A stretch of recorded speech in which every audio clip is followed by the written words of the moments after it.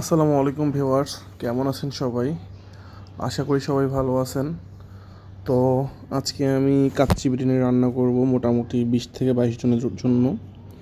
তো এই আয়োজনটা করছিলাম আসলে আমরা সব ফ্রেন্ডরা মিলে। তো আমি যেহেতু ঢাকায় থাকি, এলাকায় বেশি দিন থাকা হয় না। তো আমার বন্ধু নিরু খুব রিকোয়েস্ট করতেছিল অনেক দিন ধরে আমার রান্না খাওয়ার জন্য। সে সবসময় ভিডিও দেখে। তো আজকে মূলত তার রিকোয়েস্টেই আমার এই উদ্যোগ।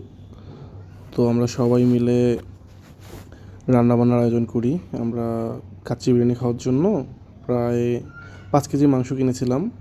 এখানে প্রতিটা মাংসের পিস 110 থেকে 120 গ্রামের মতো আছে। তো মাংসগুলো কিনে এনে আমি খুব ভালোভাবে ধুয়ে নিয়েছি। ধোয়ার পর আমি লবণ, লেবুর রস আর মরিচের গুঁড়া সাথে বিরিয়ানি মশলা, এই 4টা জিনিস দিয়ে খুব সুন্দরভাবে ম্যারিনেট করে নিছি। ম্যারিনেট করে নেওয়ার পর আমি মাংসগুলোকে খুব ভালোভাবে ম্যারিনেট করে নেওয়ার পর আমি কিছুক্ষণ ঢেকে রাখি। আমি এর সাথে কালো এলাচ, সাদা এলাচ, জিরা, তারপর লং, কালো গোলমরিচ, এগুলো সব কিছু দিয়ে সুন্দরভাবে ম্যারিনেট করে নিচ্ছি মাংসটাকে ফার্স্টে। ম্যারিনেট করে নেওয়ার পর আমি ঢাকনা দিয়ে কিছুক্ষণ রেখে দিব। এরপর আমি পেঁয়াজ বেরেস্তা করে নিছি। পেঁয়াজ বেরেস্তা করার পর আমি ওই তেলেই আমি ডিমটা ফ্রাই করে নিয়েছি, যেই ডিমটা আমরা কাচ্চি বিরিয়ানিতে দিব আর কি। তারপর আমি পেঁয়াজ বেরেস্তা, কাঁচামরিচ, টমেটো, কাঁচা পেঁয়াজ, আদা রসুন বাটা সব কিছু দিয়ে আমি আবার সুন্দরভাবে ম্যারিনেট করে নিলাম। ম্যারিনেট করে আমি আরও কিছুক্ষণ ঢেকে রাখবো এটাকে। ঢেকে রাখার পর আমি আলু দিয়ে দিব। আলুগুলো সিদ্ধ দিতে বসাই দিব, কারণ বিরিয়ানিতে আলু অনেক ইম্পর্ট্যান্ট একটা জিনিস, আর এটা সবাই খুব পছন্দ করে। তো আমি আলুগুলো ভালোভাবে ধুয়ে লবণ, হলুদ আর মরিচের গুঁড়া দিয়ে সিদ্ধ হইতে বসাই দিলাম, তাতে সুন্দর একটা কালার আসবে। তো এরপর আমি মাংসগুলোকে আবার ম্যারিনেট করব। এবার ম্যারিনেট করব আমি দই, টক দই আর মেওয়া দিয়ে। তো আমি টক দই দিয়ে দিচ্ছি যতটুকু লাগে। মোটামুটি আমি একটা টক দই সম্পূর্ণ দিয়ে দিছিলাম। তো টক দই দিয়ে দিলাম। তারপর এখানে আমি মেওয়া নিয়েছিলাম 100 গ্রামের মতো। তো মেওয়াটা একটু হিসাব করেই দিতে হয় এখানে বিরিয়ানির মধ্যে। তো আমার এখানে 5 কেজি মাংসের জন্য আমি 100 গ্রাম মেওয়া দিয়ে দিচ্ছি। মেওয়া দিয়ে আমি মাংসটাকে আবার সুন্দরভাবে ম্যারিনেট করে নিব।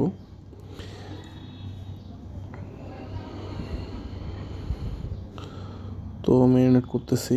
আপনারা সবাই এইভাবে ট্রাই করতে পারেন বিরিয়ানির রান্নাটা। আমি ফুল রেসিপি এই জন্য আপনাদের জন্যই দিয়ে দিচ্ছি। যারা যারা পারেন না তারা তারা আমার ভিডিও দেখে অবশ্যই করতে পারবেন। অবশ্যই এভাবে করবেন, আপনাদের অনেক ভালো লাগবে আমি আশা করি। তো মাংস আমার মোটামুটি ম্যারিনেট করা হয়ে গেছে। আমি এবার এইখানে যেই তেলটাতে আলু আর ডিম ফ্রাই করছিলাম, আমি আলুগুলো ফ্রাই করে নিচ্ছি আবারও। আলুগুলো সিদ্ধ হয়ে গেছে সুন্দরভাবে। সুন্দর করে ফ্রাই করে নেওয়ার পর আলু তুলে নিয়ে এইটাতেই আমি জিরা দিয়ে ওই মাংসের মধ্যে একটা ফোড়ন দিব ওই তেলগুলোতে। আমি আরও একটু ব্রেস্তা করে নিচ্ছি গার্নিশ করার জন্য। ব্রেস্তা হয়ে যাওয়ার পর আমি তেলটাতে জিরা দিয়ে আমি ফোড়ন দিব মাংসের মধ্যে। তো আমি যে ফোড়নটা দিয়ে দিলাম, দিয়ে আমি আবারও খুব ভালোভাবে মিক্স করে নিব মাংসটাকে। মিক্স করে নেওয়ার পর আমি এটা আমি আবার ভালোভাবে মিক্স করে নেব। মিক্স করে নেওয়ার পর আমি রাইস আগে থেকে সিদ্ধ করে রাখছিলাম, সেই রাইসগুলো আমি এইখানে একটার পর একটা লেয়ার দিয়ে দিব। তো আমার ভিডিওগুলো যার যার ভালো লাগে অবশ্যই সবাই কমেন্ট করবেন আমার ভিডিওতে, আমার ভিডিওগুলো শেয়ার করবেন, ফলো করে দিবেন আমাকে। যারা আমাকে ফলো করবেন আমি তাদেরকে অবশ্যই ফলো ব্যাক করে দিব। তো আমার এখানে মোটামুটি মিক্স করা হয়ে গেছে।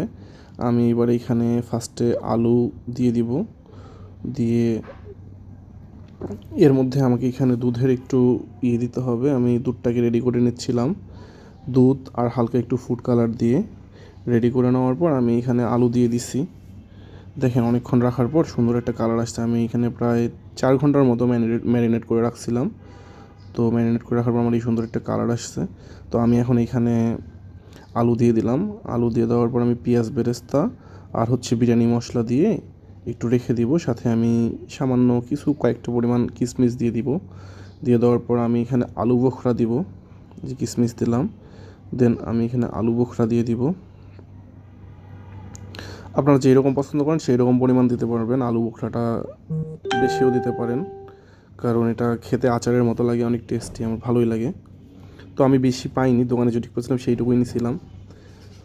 তো এখানে এখন আমি রাইস দিয়ে দিচ্ছি। আমি আগের থেকে রাইসটা সিদ্ধ করে রাখছিলাম।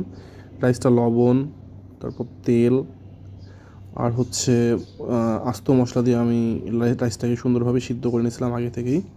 তো ফার্স্ট লেয়ার দেওয়া হয়ে গেছে। হয়ে যাওয়ার পর আমি এখানে হচ্ছে পেঁয়াজ বেরেস্তার কিশমিশ দিয়ে দিব।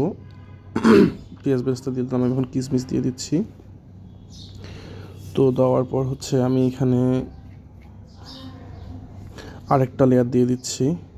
আরেকটা লেয়ার দেওয়া হয়ে গেলে আমি সুন্দরভাবে আবারও সেম প্রসেসেই পেঁয়াজ বেরেস্তা কিশমিশ এগুলো দিয়ে দিব। সাথে আমি কিছু কাঁচামরিচ, বিরিয়ানি মশলা এটা দিয়ে দিব।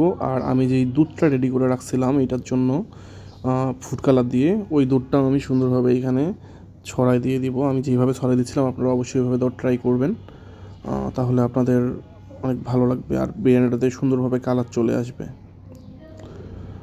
তো আমার মোটামুটি পুরোটা কমপ্লিট হয়ে গেছে। আমি এবার এখানে ডিমগুলো দিয়ে সিদ্ধ সিদ্ধ করে রাখা ডিমগুলো, সিদ্ধ করে ভেজে রাখা ডিমগুলো দিয়ে আমি এবার এখানে ঢাকনা দিয়ে দিব। ঢাকনা দিয়ে আমি সুন্দরভাবে এটাকে সিল করে দিব। উপরে আমি একটু ওয়েট দিয়ে দিব, কারণ হচ্ছে আমার ঢাকনাটা বাঁকা ছিল, এই জন্য আমার একটু ওয়েট দিতে হয়েছে। তো এইভাবে করার পর আমি এখন পেঁয়াজ বেরেস্তা আর হচ্ছে কিছু কিশমিশ দিয়ে দিব।